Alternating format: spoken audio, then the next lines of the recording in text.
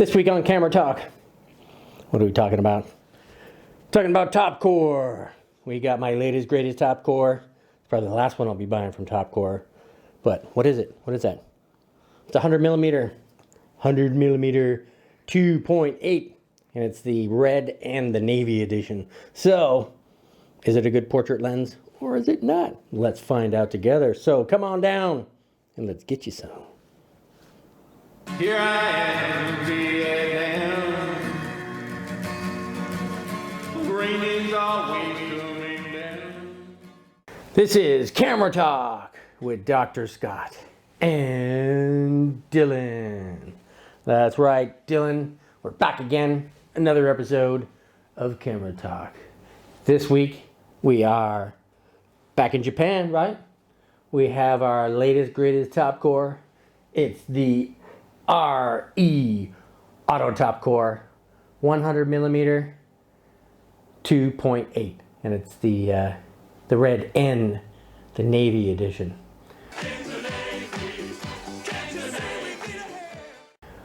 What makes this thing so special?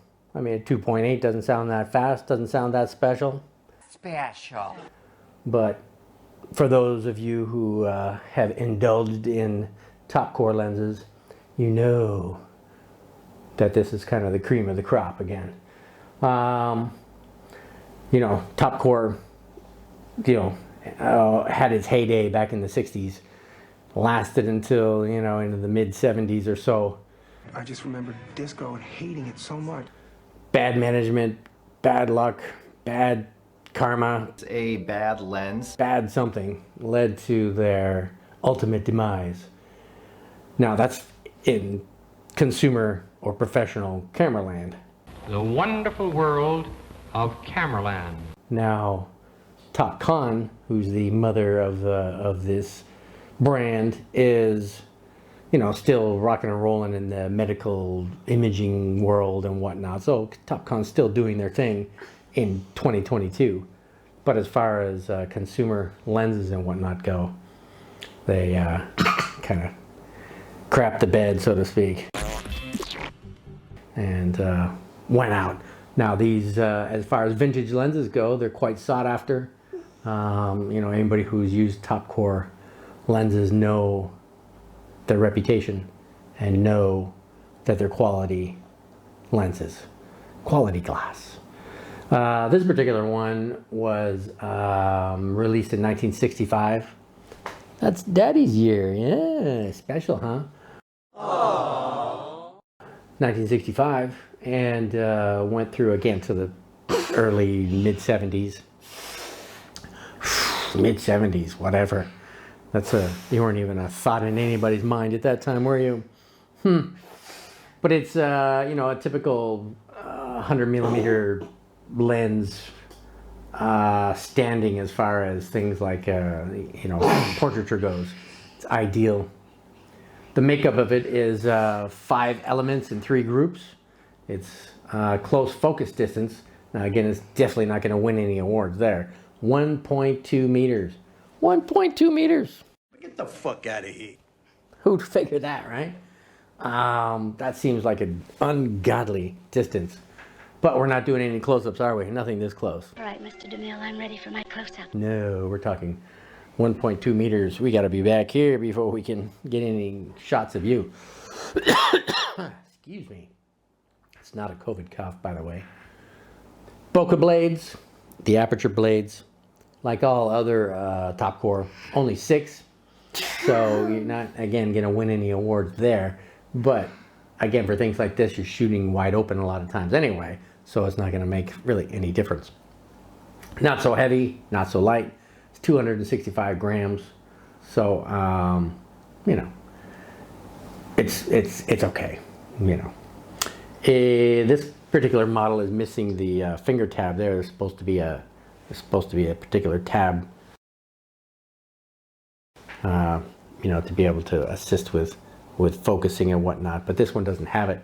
But that's okay. It's got a dual rubber ring, focus ring. So that can suffice as far as focus goes. Now you stuck your fingers on here, didn't you? I can see a fingerprint on there already.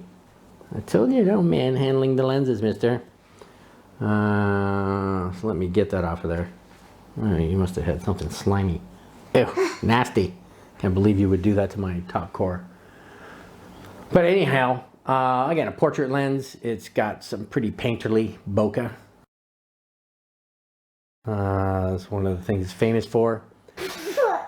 It's pretty good with the sharpness. You know, again, Topcor, especially the RE auto Topcors, were top of the line as far as the professional models go. So, are you a professional model? The colors, one of the things again that's Topcor is known for is its, you know, the color rendition. Very nice. And in this particular lens, the blues seem to pop more than other colors, which is cool, right? We like blue. Well, Daddy likes blue. Look, you're wearing green, but anyway, the blues kind of pop from the other colors, and it's you know, quite nice. You know, I'll show you some of those.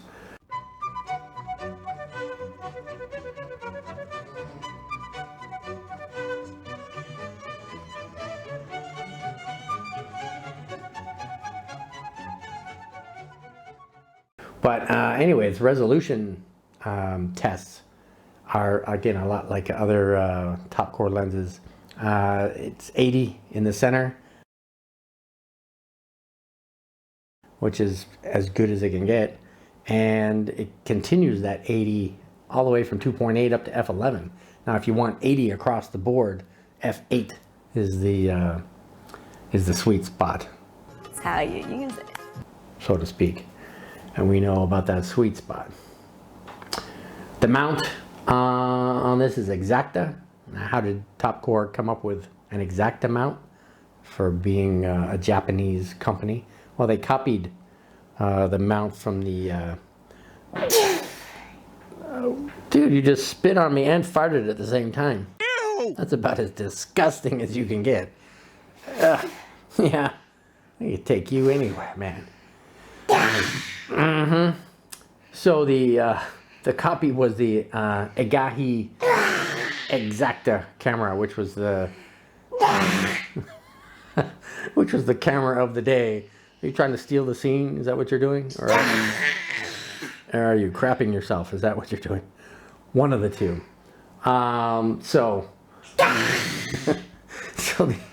So they copied the Exacta mount from the Agahi Exacta camera.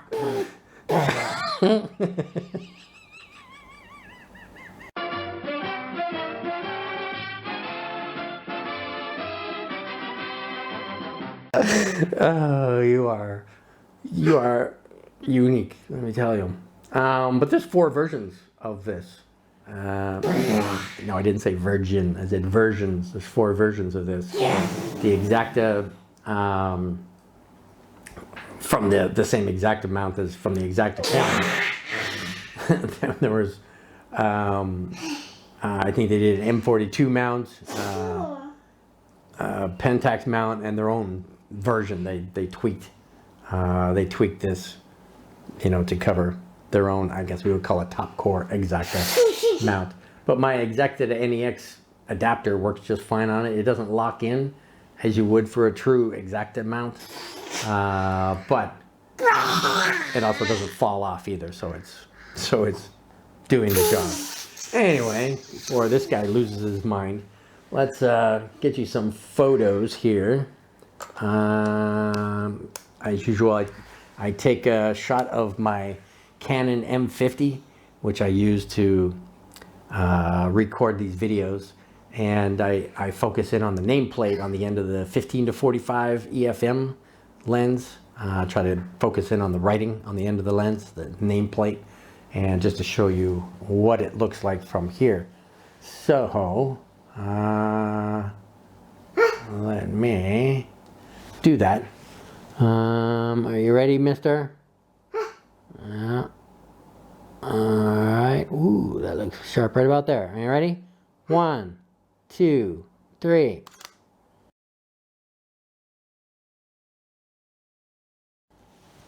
So that was at 2.8. Oh, it actually clicked a little more. Maybe it wasn't at 2.8. Well, let's do it again. This one is at 2.8. 1, 2, 3.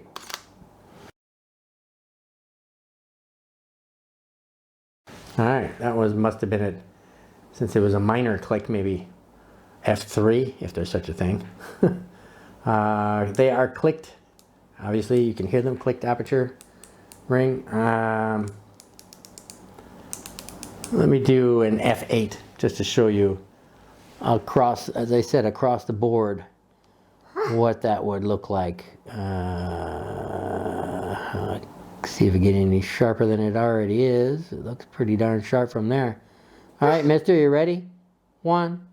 No, get your head out of the thing, man. 1, 2, 3.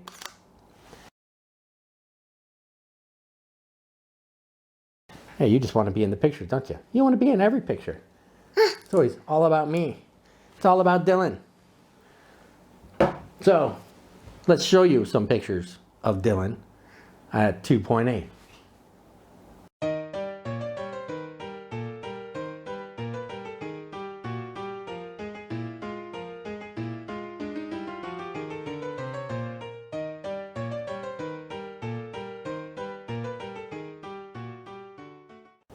Let's show you some pictures of Dylan at night at 2.8.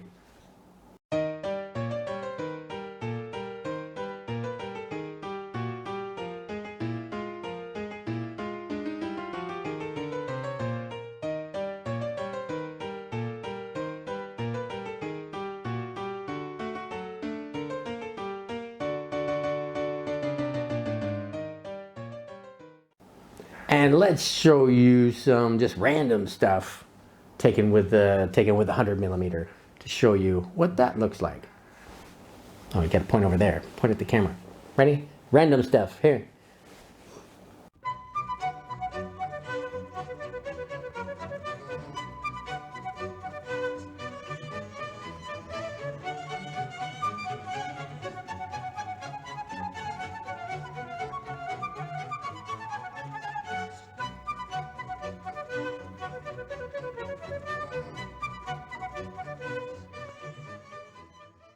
So you suck.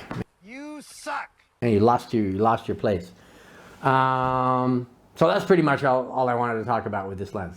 Can I recommend it? Can we recommend it? Yes. Yes. Yeah, it's a recommendable thing.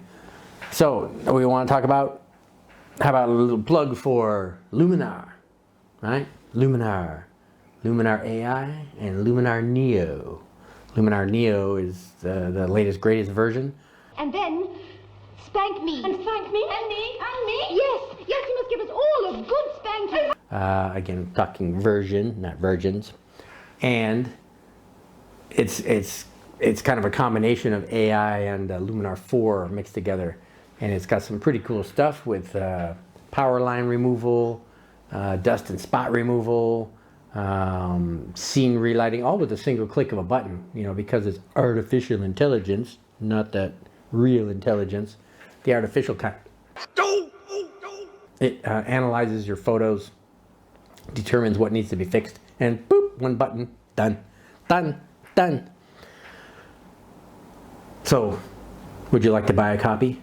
If you do, they're economical. They're only $79 for a copy. And yeah, 79 is pretty cheap, right? And because they are located in the Ukraine, and you know what's going on there, they need all the help they can get. So let's help them out. And in the meantime, you help us out too, because if you click below, you can get a $10 discount. So $79 becomes $69. So yeah, click that link in the description down below and you'll save yourself some money. And that means we get a little kickback too, right? Kickback. Yay, kickback. $1 million.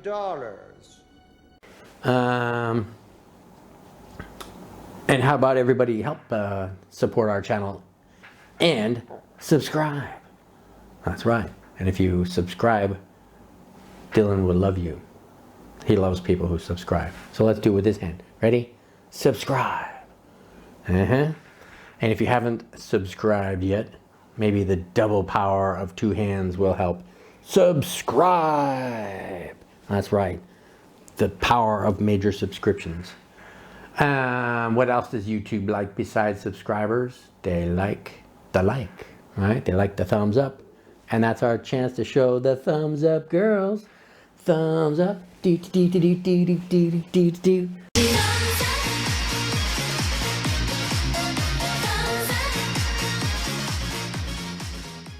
He likes the blonde one in the front. So anyhow, everybody knows that, mister. It's not a secret anymore.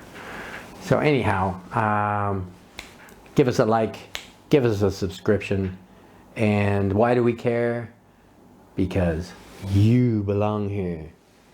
And where do they belong, mister? They belong at Modesty Photography, where we are here to give you tips and tricks about photography, you know, talk about some budget friendly lenses, vintage cameras, you know, trying to save you a buck here or there. So with that said, what was the name of this show? Want you to come on back for next week's episode of Camera Talk with Dr. Scott and Dylan. That's right, Dylan will be back again for another episode. So stay safe out there, stay COVID free, stay shooting, stay practicing, and get it on. So that's it, I think, right? Ready to say goodbye? All right, bye-bye. Here I am.